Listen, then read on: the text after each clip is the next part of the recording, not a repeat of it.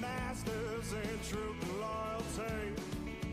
Bang out the buzzword, teaching that blind man to say. You might get the best of him, but sure, never for me. Now, sweet talk to beast, dog tail jack, go and fetch your bank. Try that and upstate boy to a different kind of scene. Went off to college, but college turned out me.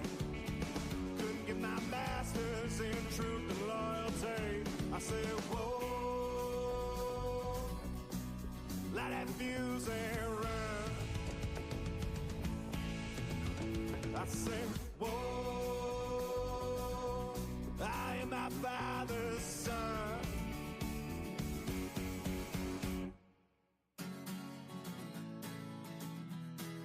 Light that fuse and run. Whoa, light that fuse and run. Went off to college, but college done up me. Couldn't get my masters in truth and loyalty. Bang out the buzzword, teaching that blind man to sing. Get the best of him, but you'll never fool me. Now, sweet talk to beast, dog tail jack to go and fetch your bank. Try that and upstate boy to a different kind of scene. Went off to college, but college done up me. Couldn't get my masters in truth and loyalty. I said, whoa, light that fuse and run. I say, whoa, I am my father's son.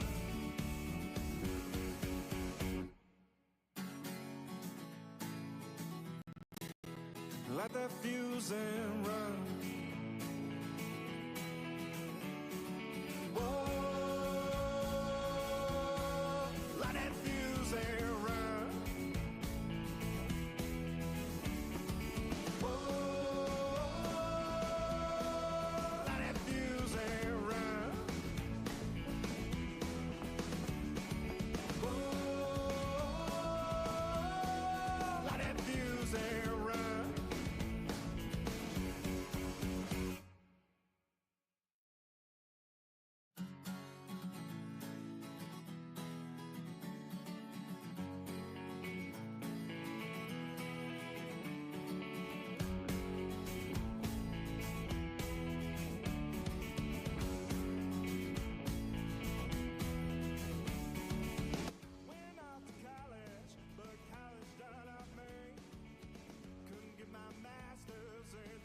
Yo, what is up, 24/7 Buff Fandemonium? It's your guy Swank. It is Tuesday. It is 8 p.m. Eastern Standard Time, and that can only mean one thing. It's time for the K-Gun Report, brought to you by Buff Fanbase and 26 Shirts. We'll get into that in a little bit. Guys, huge win over the Denver Broncos wild card weekend. We're here to talk all about it with our good friend, Mr. Mark Maddox, the longest tenured guest of the show, by the way. We're going to talk a little shop with Mark. We're going to talk about this game. We're going to talk about this huge game we got coming up on Sunday that I might be going to, and I'm super stoked on. We're going to hit this new intro that our boy Jerry made, and we're going to get right into it.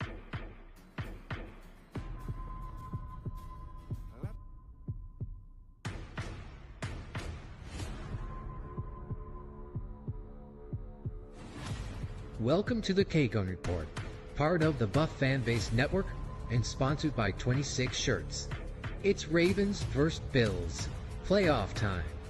Enjoy the show. Let's go, Buffalo. That's right. You know, even though Jerry's not here, you get to hear his nice, softest hype video voice ever. Let's go, Buffalo. Let's go, Buffalo. What's up, Chaos? Big chaos in the house. Mr. Mark Maddox, what's going on, brother? Oh, not much.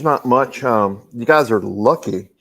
My mom wanted some ribs, so I barbecued some ribs today.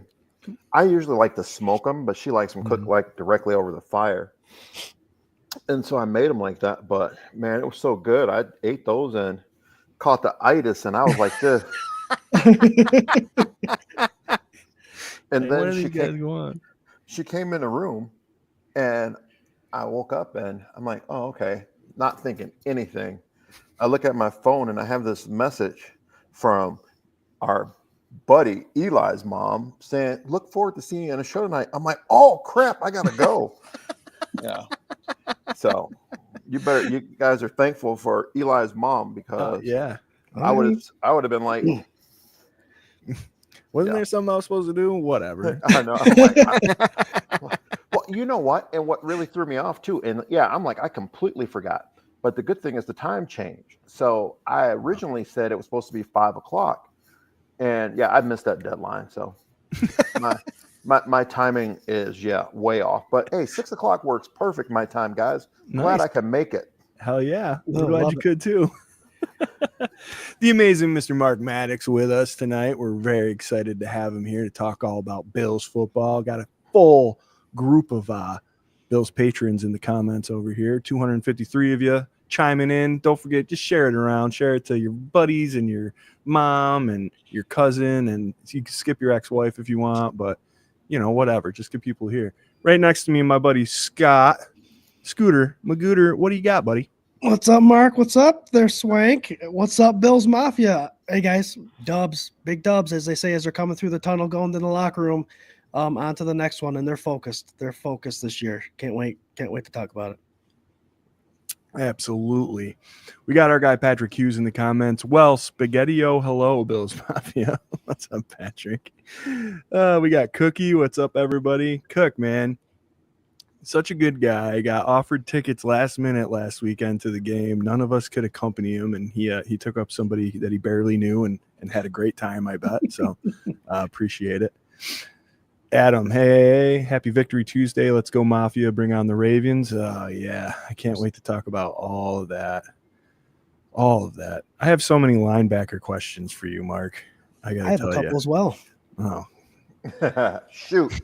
I'm ready. Well, I'll start right now. I mean, I know we won this big game, and we'll sprinkle into it. You guys all know the show's a little special when Mark's on anyway. We just do what we feel like doing. So, do you see a scenario at all, Mark, where they would run a 3 linebacker set this weekend, maybe put a little Dorian, a little Matt Milano, a little Bernard to help kind of contain that rushing game and Lamar? See, and that's the thing that scares me about the Ravens. Most teams today, what they're doing is they're going big. Like if you look at the Bills, when they want to run the ball, they're bringing in an extra O lineman. So, you got an extra big body in there. The Ravens have that big body built in Henry already, So that's the scary part, is how much he can open up a running game. And, what are the Bills going to do? Are they going to stick with that hybrid 4-2-5? And, and we can stick with it and it can work, but the like you said, are you going to bring in a bigger body? I think what they'll probably end up doing is keeping 8 in the box to try to, to stop the run. Mm-hmm. But, that just kind of opens up things for Lamar in the passing game, so it's one of those things. I think it's going to be a great game. I think it's going to be a shootout for some reason, and I think it might come down to the last team that has the ball, because the Ravens are good. Don't get me wrong. Mm-hmm. And not only do you have to contend with just Henry, but you look at their tight ends, and like when I seen the Ravens in the beginning of the year, Likely, oh my God, that guy is amazing. Yeah. I don't think you don't really hear a lot of talk about him, where you hear talk about Kelsey, Kittle, those guys, but Likely, Mark Andrews. Yeah, and even Andrews, but Likely, he opens up that whole team. He helps. I think he's the one of the most pivotal people on that team because of his blocking, his passing, his catching, and everything. Yeah, unbelievable. And so, I think I really truly feel our defense can stop them. You know, we're not going to stop them to no points. You know, we're not going to have one of those games. You know, I hope the weather is just, you know, just cold, you know, because sometimes like in the snow games and stuff like that, sometimes we don't even perform well. You know, you look at the game last year against Cincinnati, where, you know, it's like they play in it all the time, and this was our first time there. Like we came from LA or something, Yeah. you know, to play in that. And so, but I really truly feel that, you got to get those big bodies in there, and they really got to maintain gap discipline in order to stop Henry and to stop Lamar.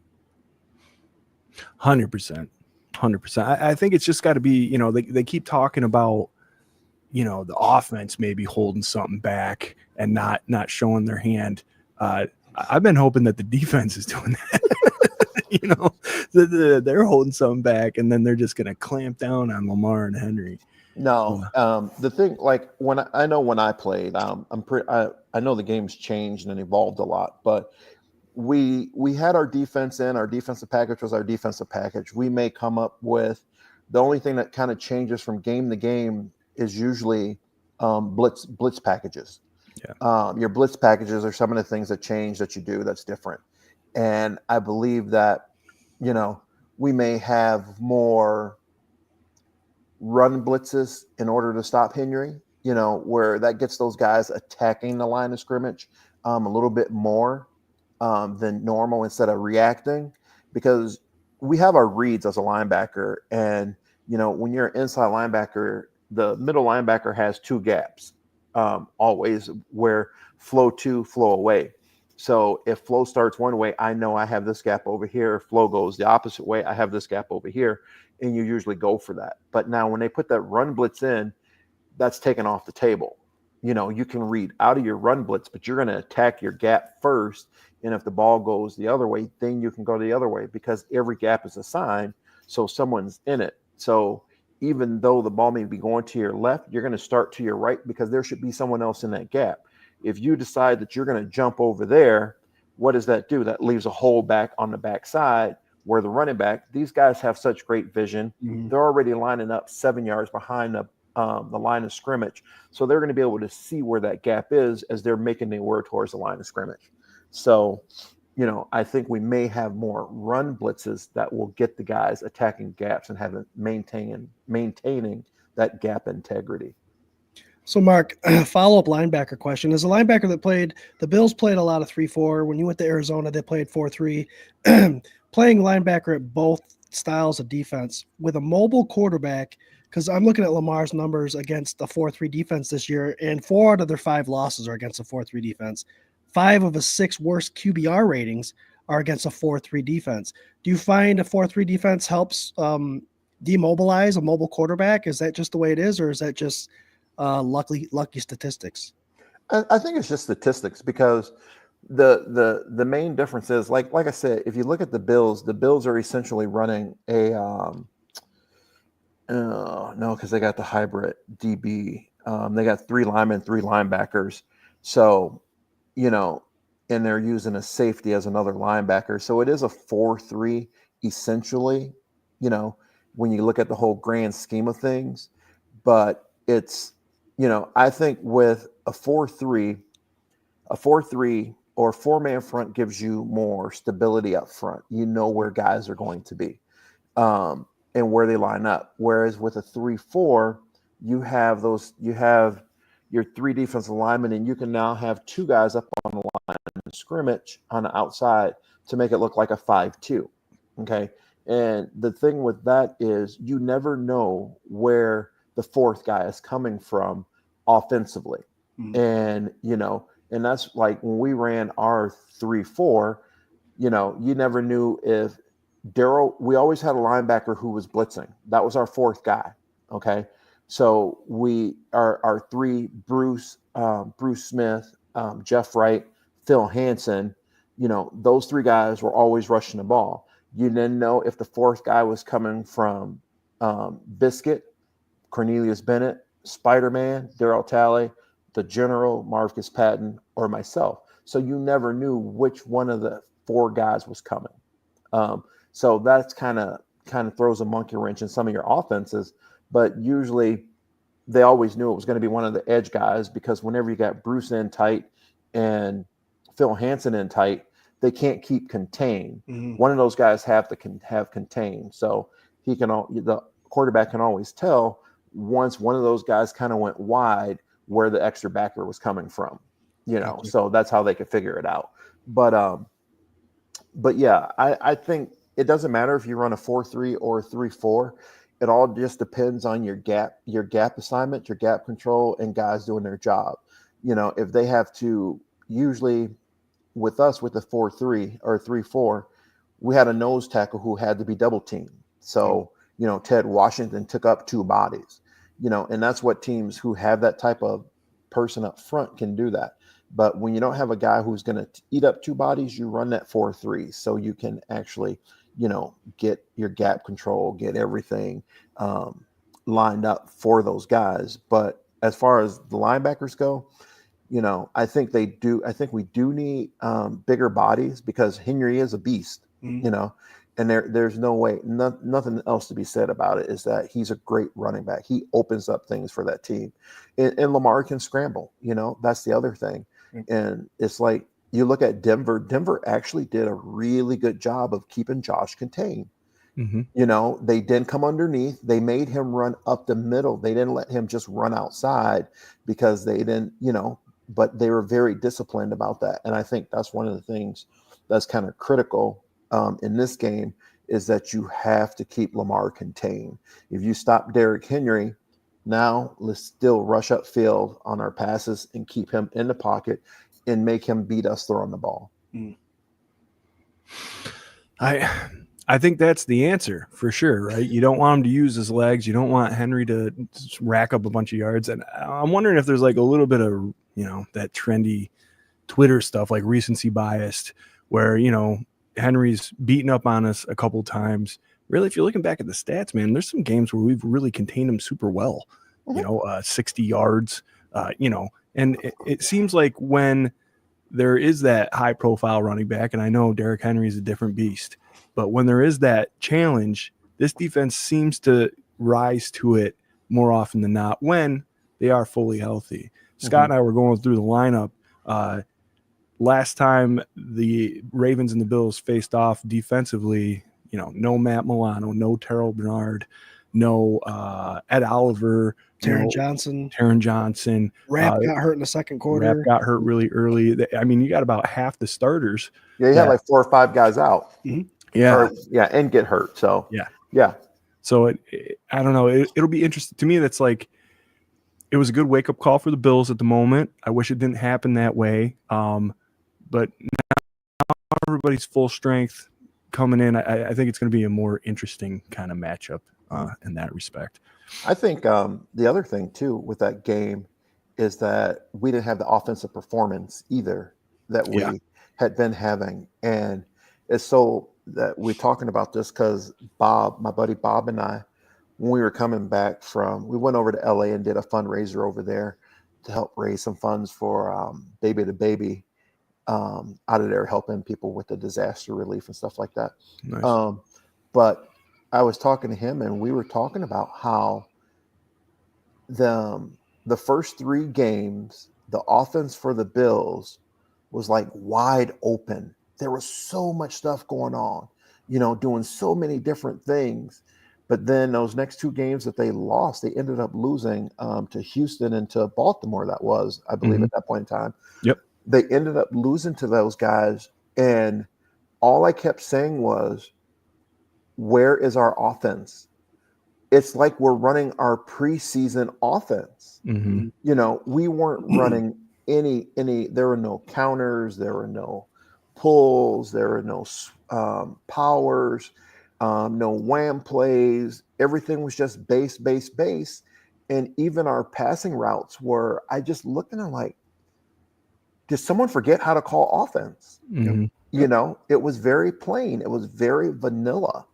And I don't know if we had guys that were hurt. I know that's when Josh had the little hand issue, but it was so vanilla that it was like, that's not the same offense that we just seen for the last 3 weeks. Right. That was not them. And so that's what, because I'm like, I know we can score. We can score against any team, and we can keep with any team scoring wise.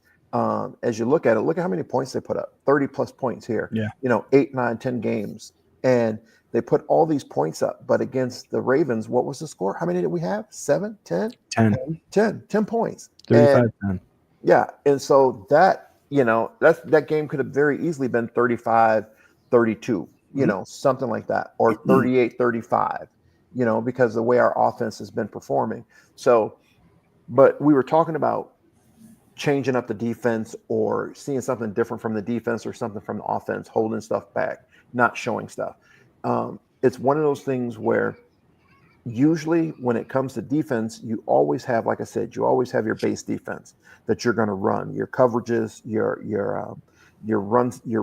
run fronts, and your pass coverages for passing.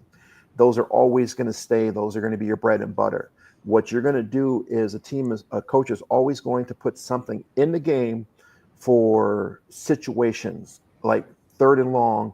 What do they like to do on 3rd and long? Where are their screen downs? What are their screen downs? Where is this? What's that? They will have plays designed for those types of things.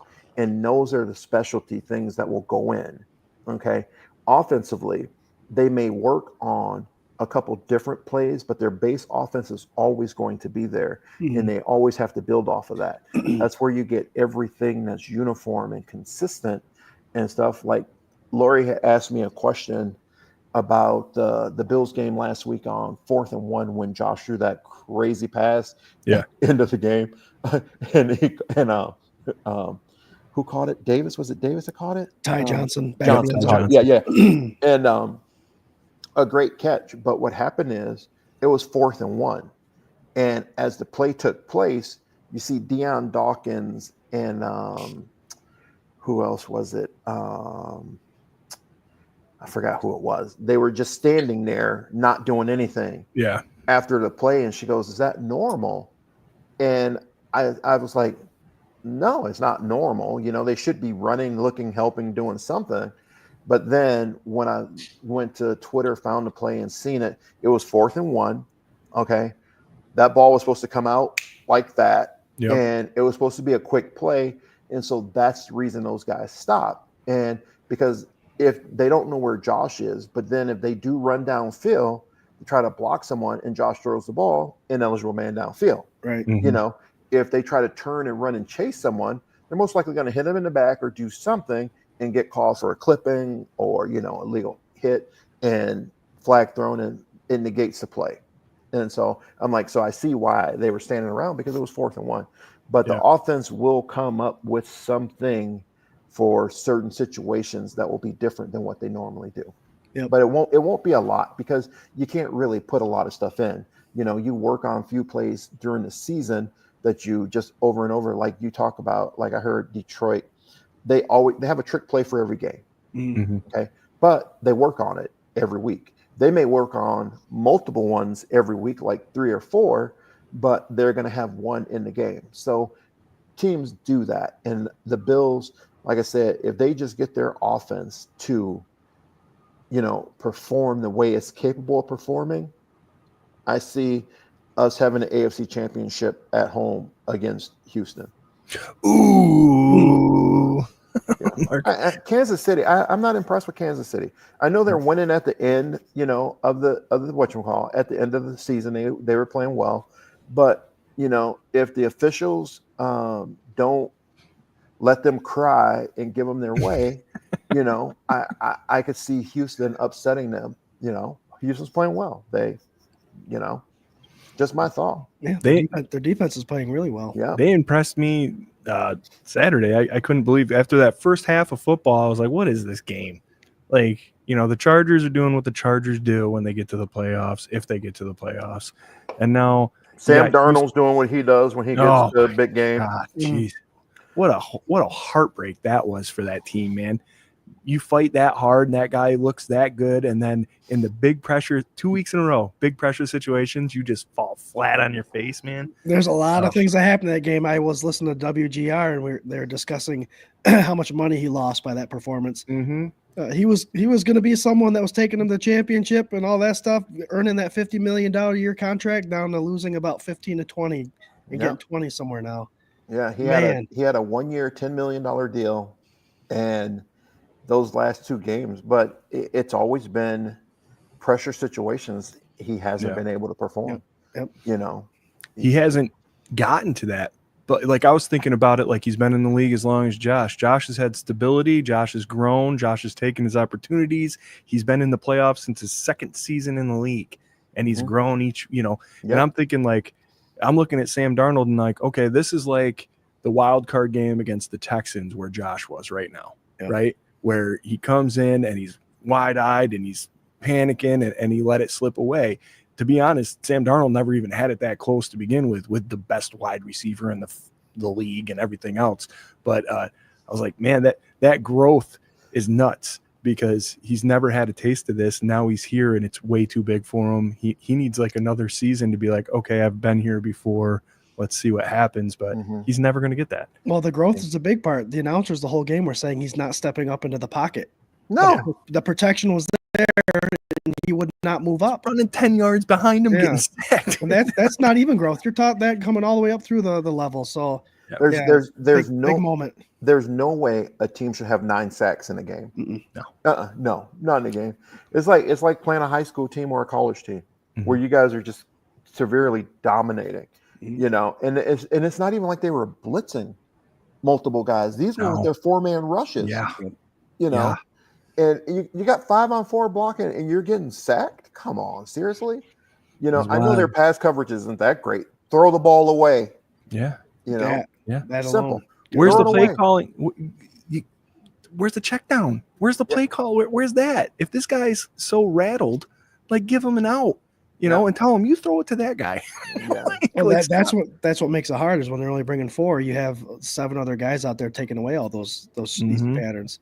Yeah, it's just stepping up in the pocket. I'm a quarterback guy. If the tackles are trained to let the guys go around, that's why they call the pocket. And he was just right in the way the whole time, like he was trying to run into that train. Yeah, and so, but they'll figure it out. But they got JJ McCarthy. They signed. I was gonna say McCarthy just got his starting position for sure.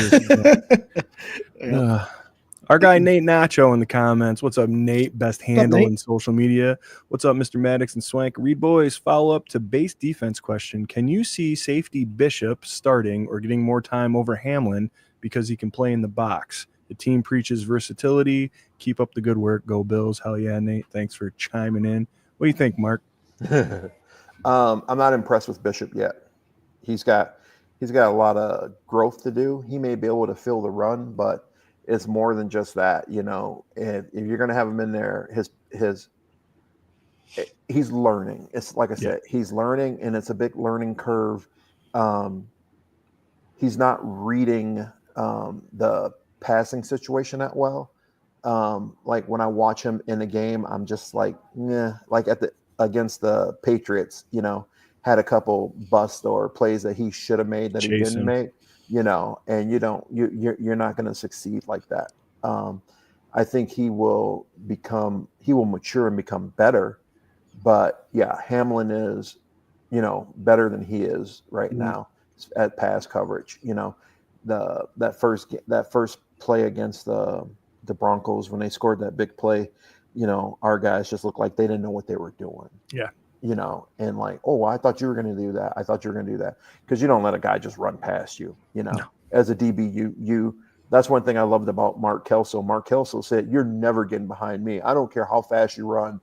I'm going to be behind you regardless. He goes, if I have to line 50 yards up, if you're on our 10-yard line and I have to line half at midfield, I'm going to line up at midfield because you're not getting behind me. Even if you're 2 yards behind me, I have a 2 yards added to my helmet, so there's no way you're getting it. And so, but no, Bishop, I like Bishop. I just think he needs a little more. He needs more experience. And in a game like this, I wouldn't start him over Hamlin. I would stick with who we have.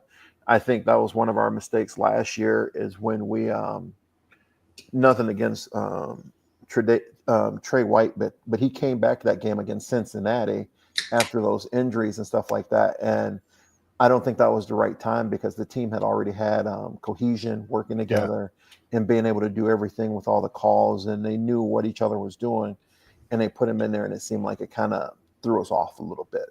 Yeah. And so, yeah, I agree, man. I think I don't know. I think Hamlin's earned his spot. I love his energy. I love how he, like I think like everybody saw him as like this big sweetie, like he survived that horrible ordeal and he did all this good. And you could just tell this season, like he didn't want to be like poor me, yeah. poor me, woe is me, yada Yeah. yada yada. I'm gonna show you guys what I can do. Yeah. Because like in all honesty, last year people were saying he shouldn't have made the team.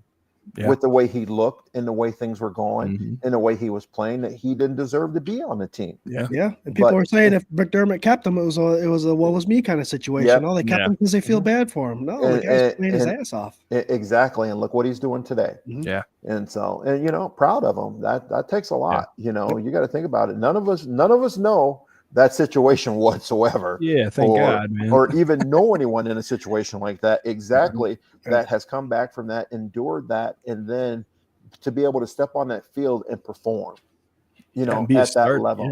Yeah. And this come back and start. Yeah. So people forget, man. And I know like Scooter, he's the big draft guru on the show. But he pointed him out when we got him and was like, this guy lays the lumber. He is like a guy that loves to hit. And I'm like, well, I love that. Like, let's see doing it at Pittsburgh. Like, and he was that guy. And I think people forget that because of this whole thing happened. But you see him out there, man. Him and Rapp, they are some hard hitting dudes. That one that there was an incompletion on the right side of the field. It was out of, I can't remember. It was just over whatever the receiver's hand. Rapp came flying. He was just horizontal to the turf with his shoulder. Missile coming through. Yeah, and I was like, if that would have been a completion, he would have destroyed that guy. Yeah. They probably would have flagged him for that too. Yeah, maybe. But man. What Rapp and Hamlin have, and this is the Nate Nacho conversation, is the fact that, like Mark's saying, if Bishop can start reading things a little faster, he'll be in a better position. If you start bringing him up in the box, he has to read things faster to drop back in that 2 zone if they has to, where Rapp and Hamlin can read the play a lot quicker, and if they have to get their butts back in that second half of the field, they can do it. Bishop's just going to get caught up in that box, and they're going to beat him over the top. Yeah. Right. Yeah. And you know what? It's one of those things where there's so many moving parts to an offense when you're playing, and you really, really, truly, I think what Bishop is having an issue with is really seeing his reads. Okay. Because like as a linebacker, my read was always we had a triangle. Our triangle went from the ball to whichever guy we were lined up over to the next guard, because usually in the middle it was a guard. So I would have went from guard, center of the tackle back to the backfield. That was my triangle. If my guard stepped to the right, my vision went to the next guy. If he was doubling, I knew it was going to be a run play as I was running up towards the line of scrimmage. If he was single blocking, I would see where the ball carrier is now and where the quarterback is going for my triangle to see where the ball is. So in that triangle, it was telling me where I'm going to go. I start this way, but then where are the other 3 guys in my triangle? What are they doing? If this guard over here, if my guard steps this way and my tackle comes back across, my triangle is now going this way because this tackle is not going over here for no reason. Okay. He's now going to block out. Someone else over here is going to be coming down to kick me down, and he's going to kick someone out so they can run up inside, or run between that crease. That's going to be their lane that they're looking for. And every guy has a read, has that. Even your corners have that. Even though they're out on that island, that tackle is telling them run or pass. Okay. So they have to have some vision on that unless we're playing man coverage. If we're playing man coverage, then they're not going to have what we would call, they wouldn't have contain or support. Support is always going to be an outside backer, or it's going to be a safety. And a corner, unless if it's zone, we will have what they would call cloud support or corner support. So any run plays, it's up the corner to turn that play in. But if it's zone, yeah, that corner is going to see what that tackle's doing, so he knows. But if it's man, he's out of it. It's going to be a safety support or a backer support, you know. And so I think that's what his issue is right now, is that he's not getting those reads quick enough because he's getting people behind him. He's playing run when it's pass, or he's not in the right position where he's supposed to be. Gotcha. Yep. Yeah. I mean, I said from the beginning with him, like he looked very promising, but like he just needs reps. Yeah. Like he's a rookie. He needs reps. That's all, you know. It's a learning curve, and it's a steep learning curve, you know, and it just depends on how quick you get it, how you get the reps. In a game, it's full speed. It's totally different than doing it in practice. Yeah, you can do it in practice because it's not 100% full speed and yada, yada, yada. And I can see my grandmother doing this from 2 miles away, you know, but then when you get in a game, it's like your grandmother's right in your face smacking you and you don't even know it, you know. That's got to be like that difference between like the speed of playing college and pros too, right? Like where like that transition where like where you think you're like tough shit and then all of a sudden it's like yeah. In college I was the man at Northern Michigan, a Division II school, small. When it came, if you said football, oh, Mark Maddox, yada, yada, yada. It was me, okay? And I thought I was fast. When I came out, like I said, when the scout from Green Bay came, I ran like a 4.53 on grass for him. So, yeah, I'm whatever. I get to Buffalo, and I see Cornelius run. I was like, oh my God. I'm like, I thought I was fast. I'm like, and this dude he's bigger, he's heavier, he's thicker, you know, and he could move. No. And then I looked at Kent Hull. And Jimmy Richter, because he was on the shorter side of the linemen. But I looked at Will Wolford, Kent Hull, John Davis, Howard Ballard, and I'm just like, and these big fellows were moving.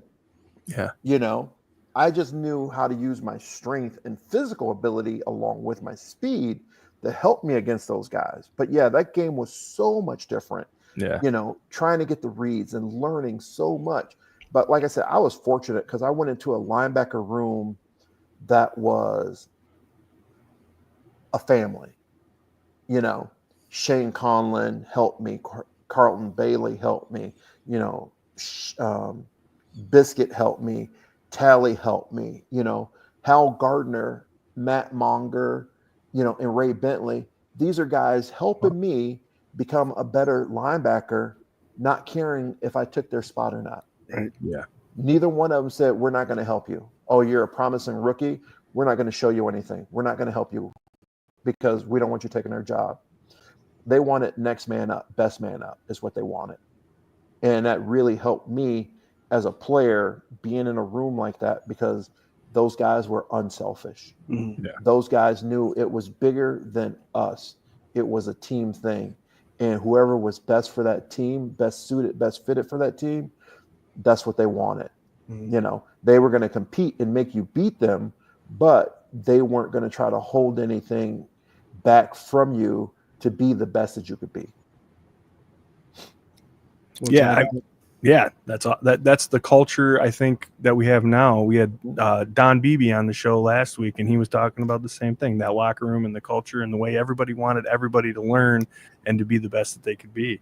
And it's a special thing that I think like a lot of people take for granted. And even like when McDermott came, it was kind of like a joke, like, oh yeah, the culture. And it's like, what do you mean, man? These guys like love each other and fight for each other every weekend. Like that's relevant. If you have drama and hatred and nobody wants to teach anything because they're worried about losing their job or their next bag and all that other stuff, like they shouldn't be there. Yeah. Yep. Absolutely. Yep. Oh, guys, it's 8:37. We got 655 of you tuning in. Thank you so much. We are part of the Buff Fan Base Network. and super proud to be. Also sponsored by 26 Shirts. You got the point? See, he did it. Yeah. I told him he's got to do both because he was holding up the wrong hand, Mark. 26shirts.com. Go see what Del Reed and the gang got going on over there. You'll look great. You'll help out a family in Western New York in need. And it's a win-win-win-win-win-win a million times over win. Win. Speaking of merch, look what I just got the other day. I see this. Yeah. I'm jealous. That puppy is nice. Look at that. Yeah, you got to turn all the way around. Come on. You got to turn all the way around, Scott. Oh, yeah. I'm pretty jealous. This is exactly the one that I want. Yeah. Nice. I like that. Yeah. Hey, listen, there's going to be a bunch of 55 jerseys out there if I have to do it myself. I give them away once a week, probably. Hell yeah. I love it. Let's go. I want the first one. Speaking of giveaways, we should probably do that, huh, Scooter? Oh, yeah. If you were on the show last week with our guest, Mr. Don BB, he has 2 books now in the works. He has this one right here, Never Give Up. And then he has his new book. In his image? In his image. Thank you. We had decided that anybody who left a comment last week was going to get in on the Wheel of Destiny. Some of you call it the Wheel of Doom, the Wheel of Despair, however you want to say it, name it, whatever. But if you left a comment, you're on this wheel right here. If your name isn't on here, message Jerry. Sorry. Yeah, sorry. All right, here we go. We'll roll it and see what's up. Spin that wheel. How long do you have the wheel spinning for? Whatever the website does it for. Oh my God. You guys got to listen, you can put a little Bills logo in there in the middle. No, I could. Could do a lot of that. All of that stuff. You can put a logo in there, whatever you're raffling off. You can change the seconds to how long you want it to go. Really? You use this thing all the time? That's what I use. Oh, see, I should have asked you. Yeah, that's the call. The site is Wheel of Names, right? Wheel of Names, yeah. Come on, man. I'm sorry, dude. I'll get on it. I'm too busy building a podcast and a live. More names on his though. yeah, dude. We got 2 names sometimes. No. Chris Christian, longtime OG of the show. Chris Christian, you have won the Don BB double book package. Appreciate you tuning in and being a long time supporter of the show. Message the site or one of us and give us your address. We'll get them right out to you. So thanks so much. It's always a fun time when we got Mark on the show. He's one of our favorite people in the whole world. Dr. Bruce right here has a question. What does Mark think about Milano's performance last week? Do you think he's back to pre-injury form? I was in LA and we were doing a fundraiser and I was watching a game and I wasn't watching a game, from talking with people and signing pictures and stuff like that. I didn't really get a chance to focus on Milano that much, but I think it takes these guys a while to recoup. Like I think Von Miller's finally coming back into his own. Where he's able to move and cut and stuff like that. And I think Milano, with him being inside, it's not going to be as difficult for him. But I think he's playing well, and I think he's going to continue to get better and better each week, is what I would say. And, if he wasn't, I think he's back, because if he wasn't back, they wouldn't let him on the field. I would hope they wouldn't. You just don't put a guy on the field just because of his name. He better be performing and doing what he needs to do to be back on the field. So I think he's doing what he needs to do to be on the field and contribute in a positive way as compared to the other guys and being the best fit for the program or for the team. Just for stats sake, his numbers last week were 3 tackles, 2 assists, and a sack. So, I mean, pretty good. Getting there. Yeah, absolutely. And you got to get, like you're saying, you got a guy like Dorian Williams, waiting in the wing, and he's playing very well for a young guy. I would think, if Milano's not out there, it might be a little bit of like kind of what we're saying about Bishop, right? He's got to get his reps under his belt so that he can get back comfortable and trust that. What was it? Oh yeah, it's MCL. This time it was the bicep. Whatever he's got to trust to get comfortable out there. Yeah. So all right, let's see. We got all of you guys killing it. Patrick Hughes, who is first responder down in Florida. Quick shout out to all the hardworking LA firefighters. Absolutely, brother.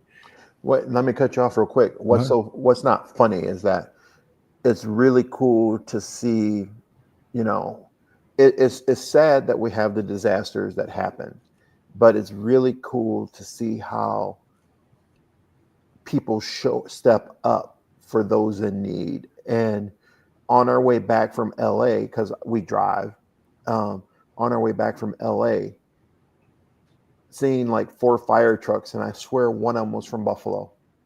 Wow. Because it had Buffalo on it. I could have swore that's what I seen going to LA. And that's awesome. That's amazing for just all the first responders throughout the United States that are contributing and dedicating. We seen a bunch of work trucks, the disaster relief trucks and stuff like that headed that way. And so it's just really, really great. Not great, but it's really, really amazing to see how we pull together when our people are in need.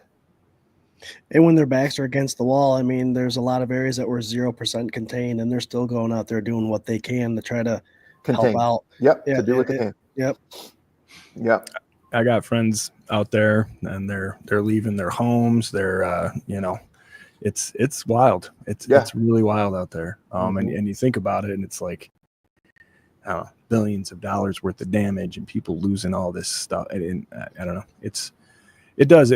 I think it humbles the country and kind of brings everybody together. Like you said, out of like the tragedy comes like a unity that, it's beautiful to see people come together to help. And hopefully there's more of that. People forget about the other crap. For 20 seconds, it happens. Yeah, exactly. No. Yeah. And then you go on Twitter and you see some Ravens fans tweeting some crap. No. No, it is really great that we do have people like that. So yeah, absolutely. Keep Henry and Lamar off the field. Let's see. Man, I'm so far back. People are commenting about that Houston call that you made over KC. Jesus. Let's see. Darnold. Rap needs a new helmet. Get that Guardian cap off. Looks like a chef hat. I'll say this, Corey, to that. I don't know how you feel about it, Mark. That dude, it must give him some kind of confidence or peace of mind because he's flying around like a maniac, man. Like, I don't know. I don't care. Wear it. You know? Rap is thinking, hey, if it's going to help me protect my brain, I'm going to wear it. Yeah. And, safety first. And I applaud him for wearing it because, back when I was playing, we only had one guy that had that on, and that was Mark Kelso. Yep. And he looked like the great zoo out there. And you know what? He didn't care. And, and I wish I had one, and so that all the hits that I took, and these guys, I can tell you right now, these guys aren't out there to be fashion police. Yeah. They're ball hawks, and, they're out there to make something happen. And if that's going to help protect the brain a little bit, hey, let's do it. Yep. And any good coach and player out there will tell you, anytime you take a play off, anytime you second guess what you're doing is the time you're going to really get hurt. So if it's something that's easing the mind, if it's something to say, I got this on, it's going to help me out, and you can forget about it a little bit, you're going to put yourself in a situation where you're not only protecting yourself, but other players. Mm-hmm. And so I know with me, the one good thing is I never worried about top of the head impact or anything like that, because I was always had my head up. I was taught always see what you're hitting. Marv Levy had a good thing, and it's kind of a little, I think I told you guys before, it's called TIT. Okay. Not like, you know what I mean, but it's called TIT. And we all like it, but it's tackle in torso.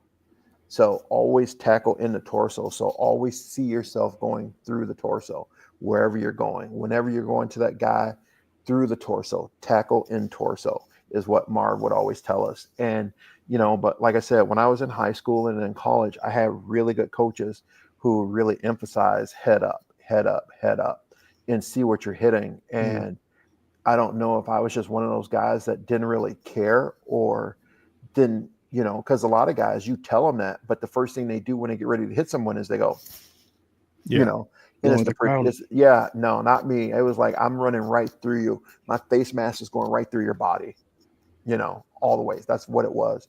Even when I took on offensive linemen, it was, I want to see you, hit you, press you off, and do what I needed to do. And as someone that's tackling, if you're doing the right form anyways, you should be head up. If you're bending right at the hips, that's when your head goes down. You're leaning with it. So it's all about learning early. And that's what they're pushing now in youth sports, is learning early how to get like into a power Z and like face chest first who you're tackling instead of bending at the hips and getting hurt. Mm-hmm. Fundamentals. Yeah. Guys, oh my God, you're killing it in the comments. I love you so much. I'm sorry I got to pop around a little bit here and maybe get a little more recent here because I'm looking at 829 comments here. Adam says, wrap it up, RAPP. That's a good one. I like that. That's very good. Kind of like Dave Chappelle. Yeah. Wrap it up, B. Wrap it up, B. Let's get a little bit into some keys of this game coming up here. I mean, it's a huge one. I'm super stoked. If any of you guys are going, I will be there. I'm going to be in the 100s on the tunnel side. I'm super stoked. Come say hi, send me a message. We'll meet up and have a good time. It's a big one, man. Rematch from earlier in the season, MVP versus MVP. I did tweet out earlier, just a friendly reminder, Josh Allen doesn't actually play Lamar Jackson, so don't care about that so much. I just want to see him whoop up on that defense. Yep. Let's go and see. What would you say, Mark? I'll start with you. What do you say would be a key for the Bills defense to get the win over the Baltimore Ravens this weekend? Slowing down Henry is primarily the key. Like you look at him this past week, he busted off that 44-yard touchdown run. You just can't have those little things like that happen. That's going to break your back, and don't get me wrong. He's going to get his yards. But, containing him and keeping Lamar in run lanes, I would have to go with those two things, not just the one. It has to be those two. You have to keep Lamar in the pocket and throw the ball and keep Derrick Henry.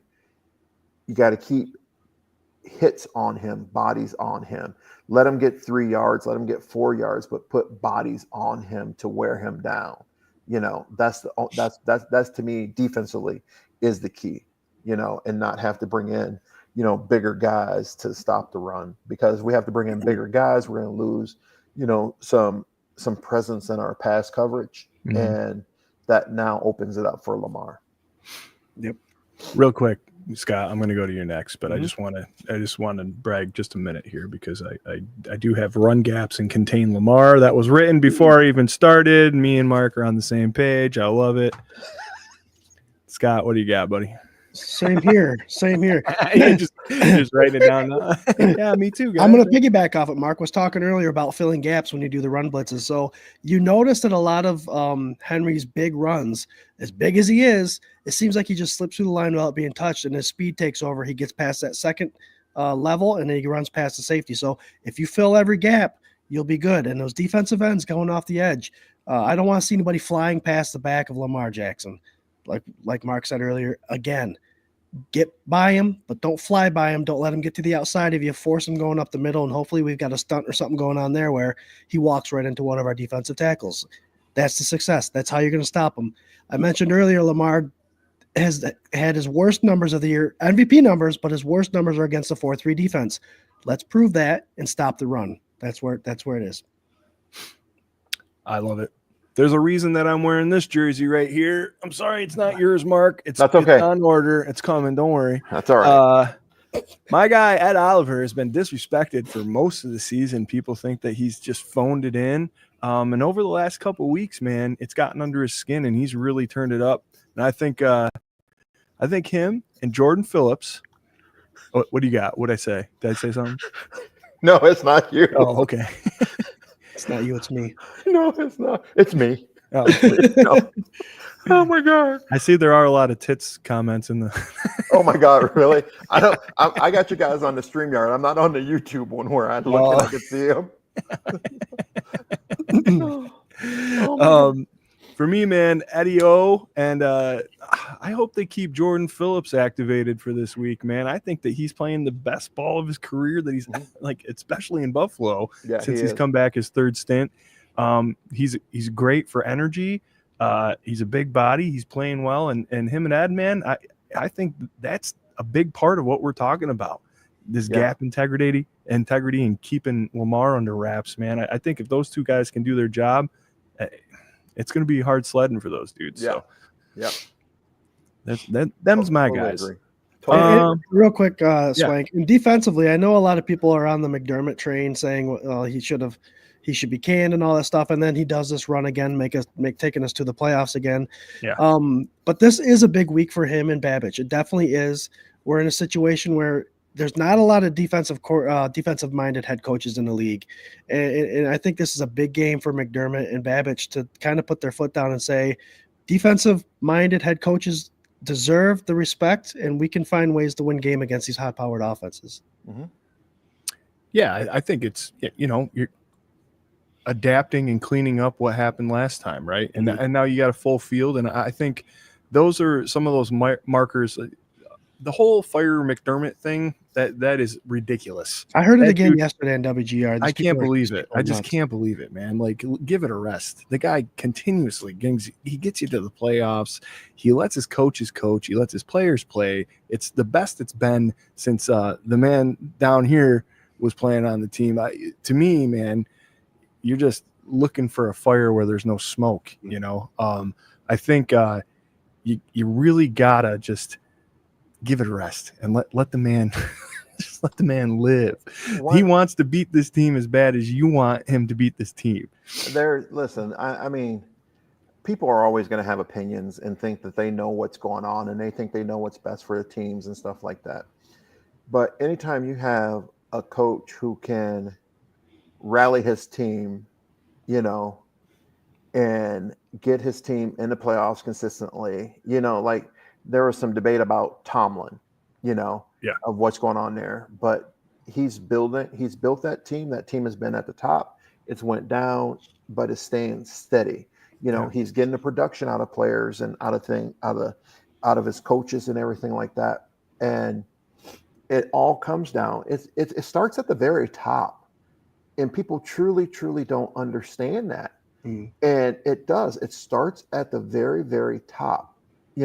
Your ownership plays such a valuable role in every one of these organizations and how they decide to be involved in it, and that's where it trickles down from. With the Bills, Ralph Wilson wasn't there. He was in Detroit or in Michigan.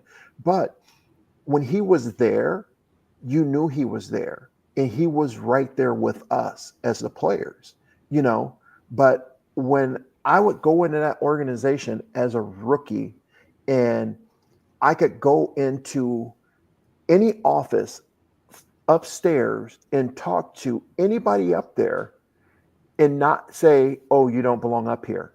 This is coaches only. This is administration only. Mm-hmm. When I could walk on every level of that building and talk to Will, our security guard, like he was my next door neighbor, that's what put everybody right here. Yeah. And that's the same thing with this organization today. McDermott and Bean have built something and they are all connected, and it goes from here to here. You have people here, you have people here, but you know what? The people here feel like they're here. Yep. Yeah. And that's what this organization is doing. You want to fire him after losing some games. You're not going to win every game. It's the NFL. Yeah. Okay. And there's only one team that's ever done it. Yeah. One team in the history of the game, one team. Yeah. And so it comes down to, you let these coaches coach, you let these players play. But I am a firm believer in where if they're not performing or something is not going well on the field, yeah, it's your coach's fault. Okay. Yeah. Players make mistakes. Don't get me wrong. We all make mistakes in a game. No one's going to grade out at 100% where they did everything right. Even these guys running their routes aren't running their routes right. You were supposed to take 8 steps and then cut and go, not 12 and go, or not 7 and go, And so when your offense, when you have, like, I look at Chicago needs some serious help. Okay. But they need serious coaching because they have talent. They have guys that can do stuff, but they're not executing. Right. When it comes to what's happening, you look at our defense, and who just was it Dorsey that left? Yeah. And you look at Dorsey, and even what it was, and these guys weren't performing at a level that was who they were capable of, and it's coaching. Coaching puts you in a spot to be successful. You can play zone defense, but what's the use of playing zone defense if they're running routes with 4 players and your zone's going to have open creases in it? Okay. So don't get mad at the player, get mad at the coach, because the coach is putting them in that. It's a chess game between these coaches, and they know that. Offensively, like I told you, the first 3 games, I thought we were the world's best offense of the season. The next 2 games, I thought we had Fred Flintstone calling plays. Right. Because I'm like, he's doing the same thing over and over and over again. Yeah. But then he changed it up and he's back to his old ways. So now, I'm happy with that. But it comes down to coaching. The only time coaches are going to get blamed is when they're not getting their team to perform to their capabilities. When you look at example of a good coach, Peyton, our great coach, Peyton. Look what he did with that Broncos team. He instilled something in them. Okay. He got them to perform better than they were performing. He got them successful based off of putting them in a position to be successful. Know who you're working with. If you got a linebacker who's undersized, why are you going to blitz him against a 300-pound lineman when he's most likely just going to get caught at the line of scrimmage? Utilize him in a way that's going to make him a better player. And that's what ends up happening with these good coaches. Okay. It's like, look at Dallas. McCarthy, great coach, don't get me wrong. But that team is not performing the way they should. That comes to play calling. That comes to play defense or play scheme and all of that. You're just being out-coached. And you see that with all these teams. I love the Cardinals. I love the Cardinals to death. I was a Cardinal. Okay. There's so much talent on that team, but it's not being utilized in order to get them to win games. They're a great team. And so, but fire McDermott, these, don't get me started. I'm gonna stop right now because,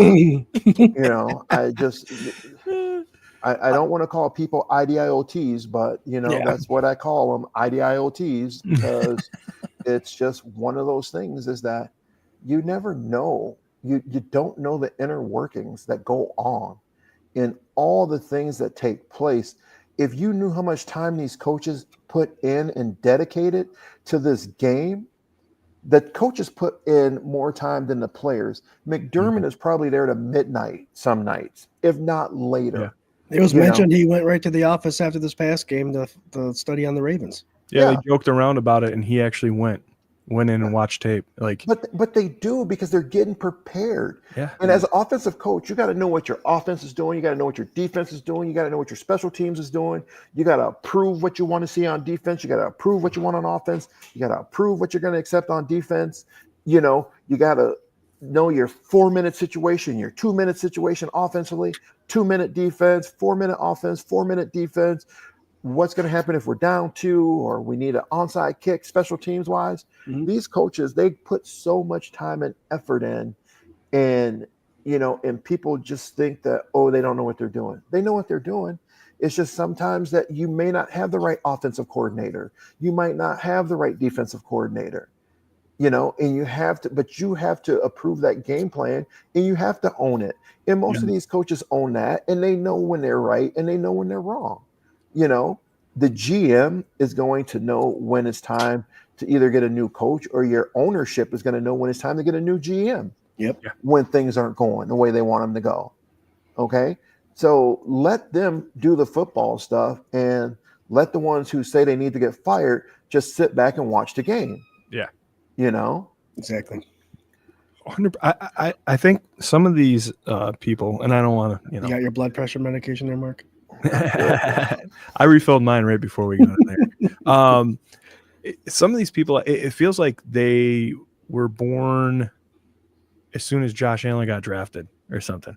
Like, you know what I mean? Like, it's like, we went through this already. Why would you be this close to where you want to be and then start this thing over where, like, well, let's get a new GM, let's get a new head coach, let's get a new quarterback. It's because not like the next guy's going to put us right where we are now. Yeah. 2 seasons from there, you go new quarterback, new coach. Then you go new GM, new quarterback, and it goes 17 years. It goes on like that.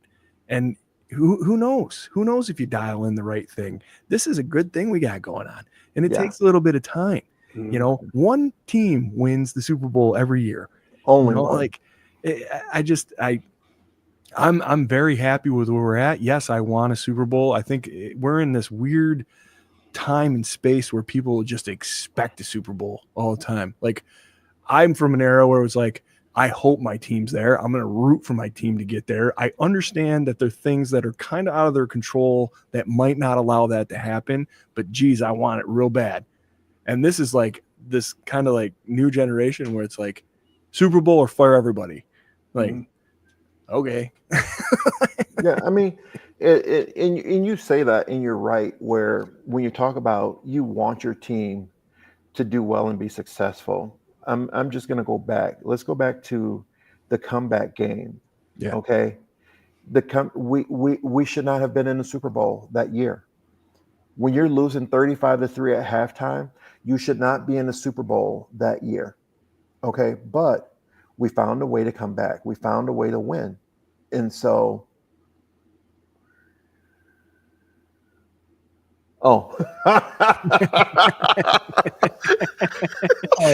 sorry, I didn't realize the comments were distracting you. I'm just trying to catch up, dude. It's the IDIOTs over there. Okay, but you know, and it's like you have to remember that, like I said, this is the NFL. You have professionals on the other side of the field too. Mm-hmm. And there's going to be a winner. There's going to be a loser. Okay. And when you get down to to the end of the year, this is supposedly be the best of the best that's playing. Yeah. And you never know which way it's going to go. I had a buddy who sent me a message that said, a guy who I bowl with, he's a big Phillies fan. He goes, are you guys going to be able to be fans when the Bills and Philly, are you guys going to be getting along? Da, da, da, da, da. And I'm like, I said, first of all, we got to contend with Baltimore. Mm-hmm. Okay. I said, I feel confident against every team in the playoffs except for Baltimore. That's our challenge is Baltimore. Yep. Okay. And I said, and you're talking about Philly. Philly still has, you have to worry about Detroit. Mm-hmm. Okay. You had Detroit. I thought Minnesota was going to show up, but Minnesota didn't show up. But I watched the Chargers last night. I'm like, you still got to get past those two teams. You still got three great teams in the NFC that either one can go to the playoffs or to the championship, to the Super Bowl. Yep. You know, one of those three. And my theory is that whoever wins this game this weekend, Bills, Ravens, are in the Super Bowl. That's my theory. Mm-hmm. Because I feel that those are the two best teams that are in the playoffs right now in the AFC. You know, and like people are talking about firing McDermott. Why would you want to fire McDermott? The Bills weren't even supposed to take the AFC East. No, they weren't even supposed to be second. Rebuilding year, Mark. Yeah, they weren't even supposed to be second. You know, so you want him to get fired when he got him first? You know, and that's like I said, that's what gets me is that those things really just get my blood kind of pumping because you know you make these comments and you really, really have no clue. All right. Of what's going on, you know, and everybody should be just pleased that we're where we're at because we weren't even supposed to be in the division. We weren't. We shouldn't even been in the playoffs. Right. That has third in our division. Yeah, third in the division. behind the Jets in Miami. Yeah, I put a tweet out a couple weeks ago that said, "Hey guys, if Miami and New York won the AFC East, how come they're not in the playoffs?"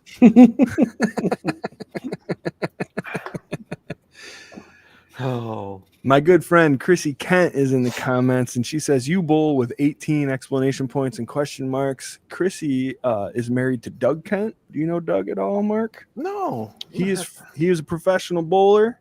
And he's friends with a lot of ex-players and stuff, season tickets. Actually, she is the one that hooked me up with the tickets for the playoff game this week. I'm very excited about going to. But the band plays at Rose Bowl Lanes, Doug Kent's Rose Bowl Lanes. So, quick shout out. Mark was the one that was telling us that a lot of players bowl, right? Yeah, a lot of guys go bowling. We have fun with it. And yes, Chrissy, I am a bowler. Okay. He's bowled 300s right-handed. He's now working the left-handed. I am working for my 300 left-handed, and I thought I had it Friday night. Oh my God, I was on fire. And I mean, when I say on fire, that when my ball got to the pins, it sounded like an explosion hit. You know, when it went into the pocket, you just heard the pins go, boom. And I was throwing a great ball. I'm like, yeah, I'm feeling it. I had the front five. I was like, yeah.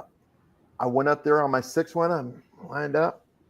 I go. Ball falls off my hand and goes right in the gutter. I'm like, you idiot. Yeah. So I'm like, hey, no 300 now. Yes, Chrissy, I do bowl. A lot of guys like bowling. It's relaxing, have fun, beat up some pins. But I'm from Wisconsin, and in the wintertime, there's really not much to do except for bowl. So I have a family full of bowlers where we just go have fun. And so nice. I just kept it going, and I bowl in the league and stuff like that. I was offered to get one of those professional cards because I maintained a 200 plus average in a couple leagues. So I'm a good house bowler. I am not a good pro bowler because those oil patterns, I guess I could be if I had the right equipment, because I know equipment means so much in that game.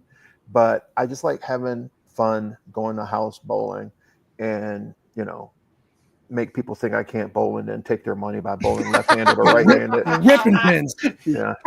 You just switch hands halfway through. Oh yeah, I'll switch on them. I'll say, oh, what? You don't think I can? I'll bowl a strike. I can bowl better than you right-handed. And they'll be like, no, you can't. I'm like, you want to bet? And I'll even keep my left-handed shoes on. So that means I can't even slide right-handed, and I still throw strikes. And they're just like, no, really? I'm like, yeah, really. Wild. All right, guys. You guys are killing it. And I tell you, keys to the offense. Mark, you got anywhere to be? Can we go a little long? You okay? Yeah, I'm okay. All right, cool. Wait, Scott, you gave your keys, right? Yeah, you did. Yeah, okay. Keys to the offense. What's the offense got to do, Mark, to win the game? Protect Josh, first and foremost. Get James Cook cooking. I just think, you know what? They just got to maintain ball control. Control the ball. Limit your turnovers. And if they can do, hey, Trudy, look at you. Hi, Trudy. Thought it was Welcome chess. to the show. Yeah. Trudy, are you a first-time visitor to the show? I think she is. Yeah. She is. Welcome. Trudy is a first-time. She's married to Captain Underpants. Okay. Her husband is Captain Underpants. I love them both to death. Nice. Good friend of mine though. But no, the keys basically, is, to limit turnovers. You got to limit the turnovers, takeaways. Okay. Win the takeaway, keep away game battle in this game will be critical. Josh hasn't turned the ball over that much. Cook hasn't turned the ball over that much. We're doing pretty good offensively, but I think it's a matter of just ball control. We don't need big plays. We don't need big chunks. We just need ball control. And, and like I said, everybody, that whole motto, everybody eats. Let Josh spread the ball around. Everybody just do their job, do their part, run your right routes, do what you're supposed to do. If you need to block as a receiver, block as a receiver. If you need to block as a running back, block as a running back. Do what you have to do, plain and simple. But yeah, that my key would just basically protect Josh and maintain ball control. I love it. Yep. Absolutely love it. Yep. Scott, all what that do you starts think? up front. All that starts up front. Our offensive line has proven, even with the sixth guy, Alec Anderson, coming in, that guy's developed some sort of confidence. I'm telling you, that sixth, number 70, Alec Anderson. I got a conversation earlier this year in the preseason, got in an argument about how good he was going to be, but we won't go there. There was somebody on the panel on Sunday sessions that said that Anderson was going to be the key for last week's game. Who was that? Do you remember? Was that you, Swank? That was me, baby. I love There you Alec go. Anderson. All right. Anyway, sorry. I mean, he's got had to- confidence now in him. It starts in the trenches.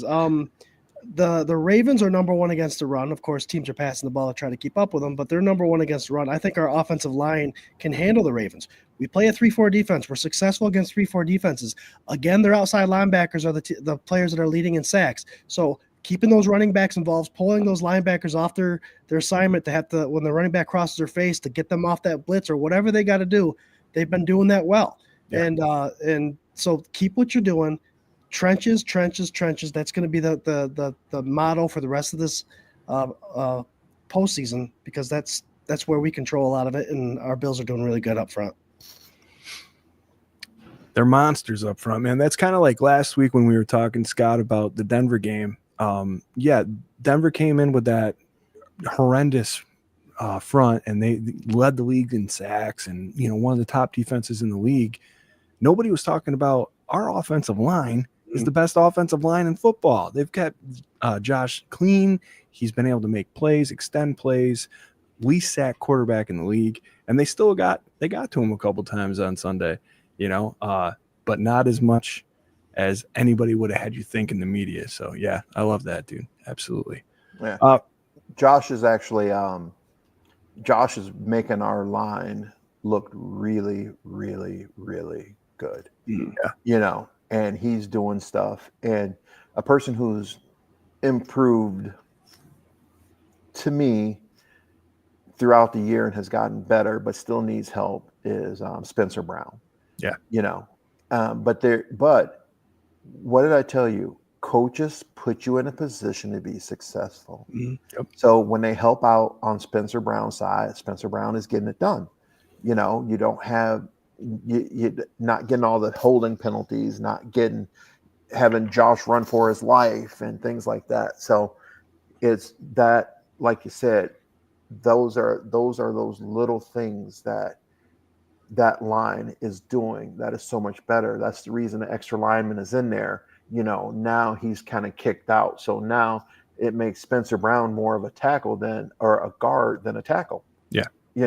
And he's better in tighter than when he's out on an island by himself. So, it's just one of those things that this team is just built and yeah, make it seem like they're the worst that there is, because they're going to perform better, because they're going to let you know that we're not as bad as you think we are. Yeah. We're better than what you say. We're better than what you think.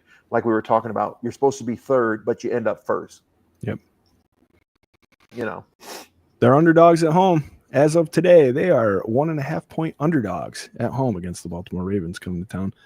My key for the offense, I've said it a lot this year, just keep doing what you're doing, but finish drives with touchdowns. That's what I want. You get down there early, touchdowns early. They seem to figure it out, like you were saying, Mark, at halftime, all those adjustments come in and they just go nuts. But offensively, I would love to see them just take that first possession and grind it right down their throat, end it in a touchdown, make a statement, keep it going through the whole game. It'd be beautiful. So really for me, just finish drives with touchdowns. And you do that, I think you win. I think you win if you do that. I agree. Let's see. Let's do a little score predictions here. And Then we'll pick these other games and get the hell out of here. You want me to come to you first, Mark? You want me to go to Scott first? Go to Scott first. I'm thinking. All right. I can tell you're pondering. Scott, what do you got for a score prediction this weekend, buddy? So the white hair has the knowledge. That's why I can only rub that spot, and then Mark can rub his whole chin there. I do have the 30 burger still, Buffalo Bills. I mentioned the 3-4 defense. They're successful against it, and it seems like they're putting up 30 points without trying. So 31 points for Buffalo. And I do believe McDermott has played the Ravens in the past and has been successful defensively. 20 points. I'm only giving them 20 points. The crowd, the weather, our linebackers back, our nickel back, we're healthy. And the power of the O's, I got to put a 0 in there somewhere. So 31-20, our Buffalo Bills are advancing to the AFC Championship. Wow. I like it. I hope it happens. I'll be standing there freezing my ass off watching it, so I hope it happens. 20 degrees, cloudy, 7-mile-an-hour winds. Oh, Not bad. Perfect. That's perfect. I got it. No big deal. I'm trying. Oh, Mark, Sarah says to say hi. She said right before I came downstairs, she said, tell Mark I said hi. So I had to do that. Did she have chicken French? Not tonight. Not tonight. Okay. Not tonight. We got. What was it? Did you make something new this year that she hasn't known about? No, not yet. Okay. Our anniversary, our 6th anniversary is in April. So last year it was the house that we built. Now this year, we'll make something. Actually, no, we did we did crab legs, and we did surf and turf, homemade surf and turf. We did do something new last week. All right, you're on me. All right. I pay attention. I may not remember next year, but I pay attention. What do you think? What do you got? Well, I'm kind of close. I say 27-20. 27-20. I was thinking the same thing. Couple field goals, couple touchdowns. I don't think we're gonna stop them completely. I don't think we'll hold them under 14. But I think 27-20. I think our offense is built to score at least 27 points. I love it. Good. I love it. Well, I think what we got to do at this point is play the video of the one and only Eli, our kid in the street. It was revealed only a couple weeks ago that Mark Maddox is actually the reason why Eli was able to have the courage and composure to come on this show and get going. You guys didn't know I invited him there? I didn't. To be honest, I'm going to tell you, man, like Lori, we didn't know her until she showed up at the Rager. Mm-hmm. And then Eli was there and we invited him back, blah, blah, blah. Rest is history, man. The kid's a phenom. The family keeps growing. Yeah, absolutely. It's a beautiful thing. I love it. Mm-hmm.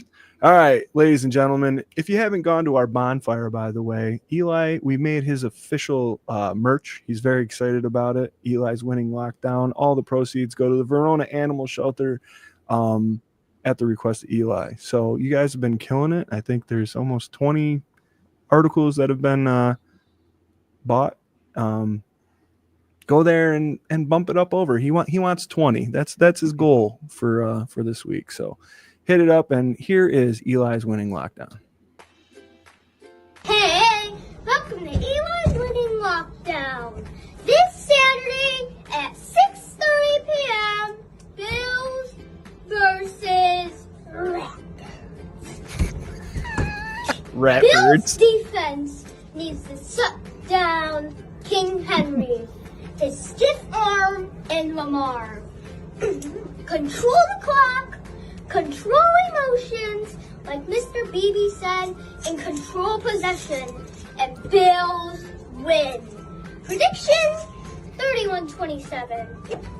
Real quick, Fitz, can I please have a minute of your time? Man to man. Help a brother out. Can you DM my mom to let her know where she can get a 1-to-1 with you for her special picture? She really likes french fries, and I guess you. She really has no riz, so she needs all the help. No riz.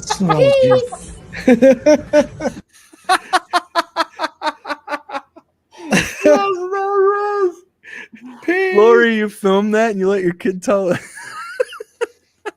Lori's got that picture of have you seen Ryan this, Mark? Fitzpatrick on the side. bare chested and all that stuff. She's got a picture that she's gonna get autographed from Ryan Patrick. She was gonna make it a mural in her house, but she decided just to get a framed. Oh yeah, I seen it. Yeah, you see. Oh my god. Oh my god, dude! He responded to her. I know. Yeah. She told me. She showed me that, and I'm like, yeah, that's cool. Wow. That's really, awesome. and he's the legend of the game. He is. Yep. So It's hey, fitting. all you got to do is be right down there when he's going, hey. Yeah. You're like, hold on one second. Let me just sign it in the middle of it. And then you're like this here to everybody. He's gonna do it shirtless. There's no way. He's gonna be right in front of me, like where my seats are. Like he's gonna do it shirtless. Yeah, he's gonna go crazy. He's too good of a dude. I just I don't know. When the Texans beat KC, you have to be the legend next week. That is the rule, Mark. Yeah, that would be nice, but you know, they got bigger fish. So anyway, listen right here. For me, I'm going power of the O's, 35-30. I got a little closer than you guys. I tried to be a little reserved to, I'm not trying to get anybody, to clip me and be like, listen to this guy. But, if it is either of your guys' scores, I will be very, very happy. Mm-hmm. Super very happy. It's going to be between 4 and 7 points is going to be the margin of victory. Yeah. I really, truly feel, hopefully it's not a field goal that decides it, if it is, it'll be for us anyway, but I can, see that happening, but it might be one of those things that comes down to a last minute, who has the ball type of game. Yep. Absolutely. Because like I said, these are, I sincerely believe that these are the two best teams in the AFC right now. Mm-hmm. By far, lockdown, they're the two best teams. Yep. I agree. And even though out of the 4 teams, we've lost to 2 of them in the that are in the playoffs right now, I still feel that we should have beat all 3. We could have beat all 3 of them, but the Ravens beat us. There's no other way of putting it. They beat us. And so 100%. I saw an interesting thing posted today where it was a Chiefs fan actually that posted this. He must be one of the rational ones. He said it was interesting. They have those. One apparently, just one. Okay. He's a he's a unicorn. Wait, I got to stop you guys real quick. Wait, before you do that, have you seen that thing that's going around? My movie Tropic Thunder, right? Oh yeah. Okay. Have you seen the thing with Aaron Rodgers? No. That's going around. Oh, there's a thing with Aaron Rodgers going around. So in the movie, they're interviewing Ben Stiller, and the reporter goes, so someone close to you said that this is going to be it, or what you call. And so Ben, what's his name? Ben Stiller goes, he goes, somebody said they're close to me.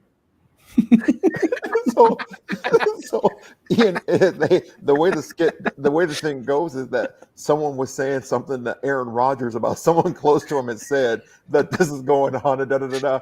And Aaron goes, someone said they're close to me. I'm like, oh my God. Okay, go ahead. I'm sorry. I know that line. I know it too. I know Noah too. Oh God. Mark's trying to get us canceled, dude. No, I just said I know her. I know her also. So this rational, whatever, this Chiefs fan, he said that he thought it was interesting between the Ravens, the Bills, and the Chiefs, the dynamic between those 3 teams, because Baltimore seems to be our kryptonite, right? Like they're the team that we don't want to face. The Chiefs are the team that Baltimore doesn't want to face. And he said, admittedly, as a Chiefs fan, the Bills are not the team that the Chiefs want to face. Right. And that with that dynamic, it's kind of what you're saying. Between all these teams, one of them is going to rise to the occasion. I'm in your camp, man. I don't think the Chiefs have it. I don't think they've had it all year. Mm-hmm. Scott and I talk about this all the time, where it's like they've won by the skin of their teeth way too many times. They don't have the talent that they used to have. It's just not. It doesn't seem to be real there anymore, and I think it's fluky. So I called them as their first week, a week 1, week 2 playoff out. They're done. First game out. I think they're done. Yeah, they're the worst. What were they? Ended up 16-1, or they lost the last game? 15-2 because they played 15-2. their backups. Yeah, they're the worst 15-2 team in the history of football.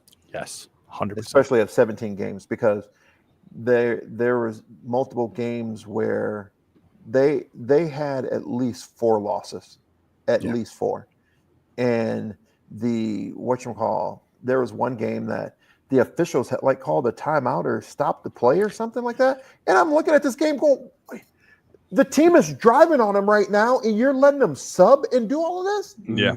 I'm like, no. But what about, it was the Raiders game, right? Where they blew the call dead, and then there was a fumble, and then they took away. It was illegal motion versus false start. It was all they blew the ball dead, and they ended up giving the fumble. There's also that no call pass interference against the Atlanta Falcons that would have put the game at the end. Yeah, exactly. It was so many things, man. It was ridiculous. Too many coincidences. Yeah. Many. Our guy Jarrod with the very soft voice, he says the Bills win 42-28. He doesn't believe in the power of the O's, so take that up with him online. Real quick, if we could pick these other games, Texans Chiefs. Mark, you've already there you go. All right, Scooter, what do you got? They got Texans too. Their defense is too good, and that's what needs to stop the Chiefs. You know what? Oh wait, what did Jarrod picked Houston. All right, it's going to be a wash. Houston all around. Forget them. Let's see. Commanders at Lions. I'm going Lions on that one. Yep. Detroit. Yep. Detroit. Everybody's got Detroit. Jerry too. And then last but not least, Rams versus Eagles. I would dare to say, not that it's to compare apples to oranges here, I think the Eagles are kind of fraudish themselves. So I'm actually going Rams on this one. They're playing. Where are they playing? They're playing in Philly. Philly. Okay. Yeah, I'm just gonna say Philly because they're playing in Philly. Yep. And I do like the Rams. The Rams are on all notes right now. Yeah. Well, but they did play Minnesota, and that was and they didn't put up as many points as I thought they would. No. With all the turnovers, getting the ball back, scoring defensively, they really didn't come to life until the second half. Right. Yeah. And so, because what was the final score of that game? 20 was it 27? The 10? 27-9. 27-9 because they missed that field or extra point. Extra point. Yep. Okay, but they only scored 20 points. The defense scored 7. So it was a scooping score. Yeah. So that's the part that's kind of scary, is that their offense really didn't dominate the way the score looks on the board. So that's the reason I'll say Philly. I like it. I like Stafford, and I like what he's got offensively, and that defense is coming to life. So I'm going with the upset Rams. Nice. Okay. That's where Jerry's at too. How dare you? I'll tell you. I told you so next week. Do it. Come on, tell us. Lori, can you text Mark and make sure he reminds he's got to come on and tell us. 6 o'clock. Guys, what a great night. It's 9:30. We went a half an hour over, but how can you not with a great guest like Mark? Mark, you're a great man, great friend. We really appreciate you. We'll roll around, do a quick final thought, do a Go Bills, and get the hell out of here. But again, thank you so much for being on and being a part of it. Yeah, thank you guys. What's your final thought? You got a final thought? Oh yeah, okay. My final thought is that, listen, all these guys got to do is to remember TIT this weekend. Tackle in torso, and don't listen to the IDIOTs. Okay, don't listen to them. Do your job, be productive, and worry about the play that's in front of you. Go from there. Forget about any mistakes and just go from there. But like I said, TIT, IDIOT, S. Yeah. Listen, you can't spell IDIOT without TIT. So here we go. Or at least TI. TI. Scooter, what do you got, buddy? What's your final thought? It's playoff time. It's a different season. Enjoy every minute of it, just like you do the regular season, one game at a time. I know we're talking about the Chiefs and the NFC teams, but we got to take care of Baltimore. Enjoy every minute of it. It's a 6:30 game. The Sunday sessions will go live at 5 o'clock. It'll be me and RT. Swank will be at the game, so join us. We'll put in our last minute thoughts. I might pop in on my phone quick. I don't know. We'll see. We'll have actives and inactives, but like I said, even if you're at the game like Swank will be, enjoy it. Enjoy it. There's a time where we went 18 years without even seeing a little bit of this, so go Bills. Hell yeah. Guys, so excited. What a great way to head into the divisional round. A solid win this last weekend. Have not lost at home at all. We got all the momentum. Stay positive. Have a great time. Cheer loud. Stay off Ravens Twitter, dude. Oh my God, those guys are the worst. Absolutely the worst. Holy. But yeah, I'll be at the game this weekend. Message me if you want. I would love to hook up, see all you, whatever. We can have a beer, hang out. Cheer loud, man, and go Bills. It may be the difference in the game is that Orchard Park noise. Go Bills. Go Bills. Go